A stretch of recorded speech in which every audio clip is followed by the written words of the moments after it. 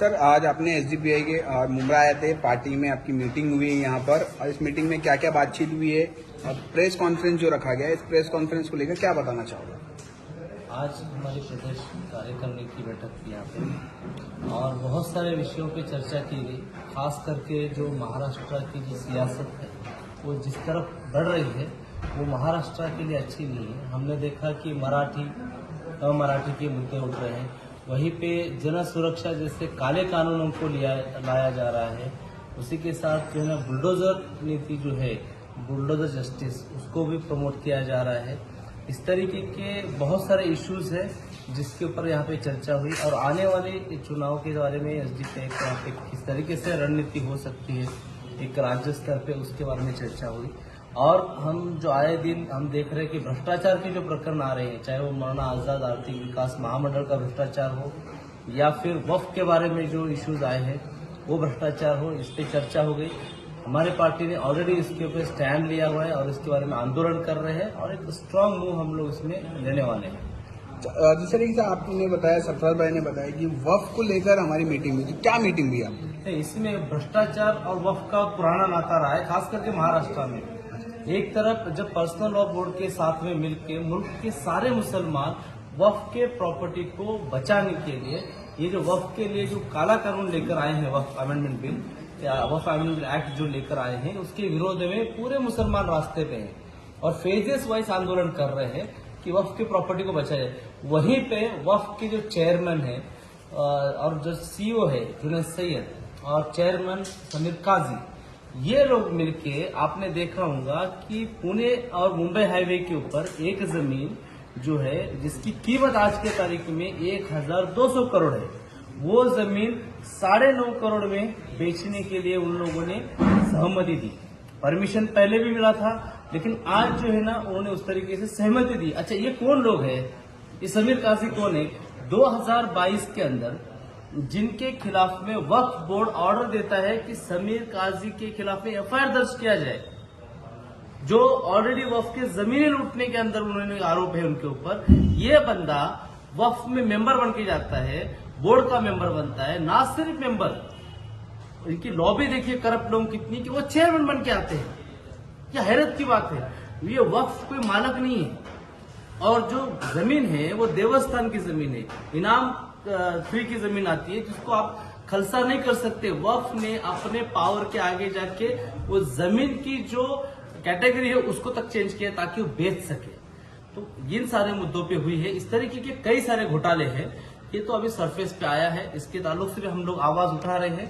At the same time Maulana Azad के अंदर जो कई सारे घोटाले हुए हैं उसमें भी आवाज हम उठाने के चल रहा है। सरफराज भाई ने इस तरीके से बताया कि मुंबई में जो लाउडस्पीकर निकाला जा रहा है, उतारा जा रहा है, तो उसको लेकर आप कोई नया कदम उठाने वाले कुछ मामले बता रहे थे, तो क्या मामला है? नहीं, देखिए, लाउड स्पीकर का ऑर्डर इसके पहले सुप्रीम कोर्ट का आया हुआ था, हाईकोर्ट का ऑर्डर आया, उसमें पालन करने में मुस्लिम समाज को कोई डिफिकल्टीज नहीं थी, कोई दिक्कत का मामला नहीं था। लेकिन आने वाले कारपोरेशन इलेक्शन में भाजपा हो या और पार्टी जो है जो ध्रुवीकरण चाहती है, जातिवादी पार्टी, उनको इस मुद्दे को लेकर बस ड्रामेटाइज करके इसको मुसलमानों को परेशान करना था, ताकि आने वाले इसके अंदर वो बता सके कि किस तरीके से हमने मुसलमानों को सबक सिखाया, राज ठाकरे नहीं कर पाया या कोई और नहीं कर पाया, हम भाजपा ने किया।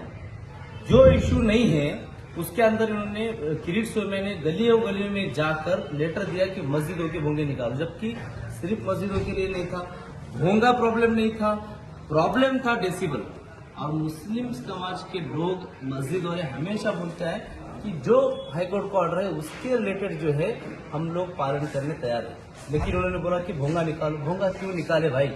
वही भोंगा में अगर डेसिबल में आवाज आ रहा है तो हमने पुलिस को भी कम्युनिकेट किया था, भोंगा क्यों निकालना है? जब डेसिबल मेंटेन होने तो भोंगा से क्या? नहीं, आपको निकालना पड़ेगा। मतलब ये है कि मुसलमानों ने अपने मस्जिदों पर से भोंगा सिर्फ किरीट सोमैया को सेटिस्फाई करने के लिए निकालना, और ये निकालने लगाने वाले पुलिस थे। तो ये जो पुलिस अपने दायरा क्रॉस करके अपनी संवैधानिक ड्यूटी छोड़ के जो भाजपा के खाता या भाजपा की शाखा बन के जो काम कर रहे हैं ना डिपार्टमेंट, वो गलत है। इस ताल्लुक से हम लोग चर्चा हुआ और उस पर आगे भी जो पॉसिबल है वो कार्रवाई करेंगे।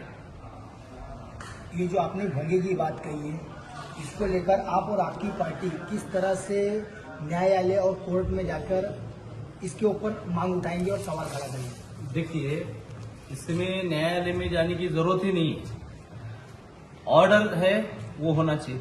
प्रॉब्लम यहाँ है कि पुलिस ये बोलती है कि डेसिबल हम छोड़ो, हम बोलते हैं वो भोंगा निकालो। भोंगा निकालो डिमांड किसकी है? किरीट सोमैया के। तो क्या पुलिस जो है किरीट सोमैया भाजपा को सेटिस्फाई करने के लिए काम कर रही है या न्यायालय के ऑर्डर के लिए काम कर रही है? सवाल यहाँ बनता है। और वहां पे डराया भी जाता है डायरेक्टली कि आपके पेपर चेक किए जाएंगे, आपके जमीन के पेपर चेक किए जाएंगे। मोटी मोटी बात है। यहाँ पे डेमोक्रेसी नाम की कोई चीज है। अगर मैं लाइसेंस अगर सिग्नल तोड़ता हूं तो मेरे पे सिग्नल तोड़ने का क्राइम हो सकता है। पुलिस पकड़ने के बाद मुझे ये नहीं पूछ सकता है तुमने गाड़ी कहाँ से खरीदी, तुमने कौन से पैसे से खरीदी। ये जो है ना, ये प्रॉब्लम है। तो आपको भोंगे का मसला है ना, आप लोगों से भोंगे की बात कीजिए। उनके मस्जिद के ऊपर कहां से है, तुमने साइड मार्जिन छोड़ी, ये कारपोरेशन का काम है, उनको करने दीजिए आप। तो ये जो चीजें हो रही ना, ये नफरत की सियासत और अनफॉर्चुनेटली जो एडमिनिस्ट्रेशन है उन्होंने अपने मतलब आपका कहना है कि पुलिस को अपना काम सही से करे, Yes. भाजपा के इशारे पे ना करे। इशारे पे ना करे। जो हो रहा है ये सबको दिख रहा है। और इसमें अनफॉर्चुनेटली जो अपने आप को सेक्युलर बोलने वाले लोग हैं ना, वो उनका रंग भी खुला पड़ रहा है। पहले भी पढ़ते आए, अभी भी आए। अभी अपने रिसेंटली देखा होगा 7/11 के मैटर में जो लोग बरी हुए हैं, एक्विटल हुआ है, पूरी दुनिया जानती है। कई सारे इन्वेस्टिगेटर रिपोर्टर्स है, उन्होंने बताया कि ये केस एक फ्रेम्ड केस है। लेकिन उसके बावजूद जो है आज आवाम का सेंटिमेंट्स है कि हम लड़ाई लड़ रहे थे इंसाफ के लिए कि बेगुनाह मुसलमानों को फंसाया गया है और सेटिस्फैक्शन। लेकिन आज यही गायकवाड़, वर्षा गायकवाड़ बोलती है कि बहुत दुखद बात है, इस पे और इंक्वायरी होना चाहिए, न्यायालय में दाद मांगना चाहिए। ये लोग छूटे कैसा? न्यायालय में ऐसी भी बात चली कि 19 साल से बेगुनाह वो लोग अंदर थे, अब 19 साल बाद छूटेंगे। अब आवाम किस तरीके से उनको ट्रीट करेगी? 19 साल ऐसा कहा जा रहा था कि बॉम्ब ब्लास्ट में इन लोगों का हाथ है, तो आवाम इस तरीके से नजरिए में देखी जाएगी या अभी कुछ? हमें यही बोलना है कि पहले भी यही गुंजाइश थी और आज भी है कि इन काले कानूनों के तहत में और पुलिस एडमिनिस्ट्रेशन का गलत इस्तेमाल करके बहुत सारे नौजवानों की जिंदगियां बर्बाद की गई, चाहे यूएपीए के नाम पे। और मीडिया ट्रायल हमने देखे हैं किस तरीके से अगर कोई भी ये होता है तो शुरुआत में आतंकवादी इस तरीके से, उस वक्त में भी जो है ना, एक समाज, एक संवेदनशील समाज जो होता है, एक सेंसिटिव समाज जो होता है ना, उसने कम से कम फैमिली जो सफर की है ना, उनके साथ रुकना था। वो क्या होते क्या नहीं है वो डिसाइड करते। आज जब उनको बरी हुआ है ना, कम से कम उनके फैमिली के साथ में और इन लोगों के साथ में समाज ने एक रिस्पेक्टफुल रवैया रहना चाहिए।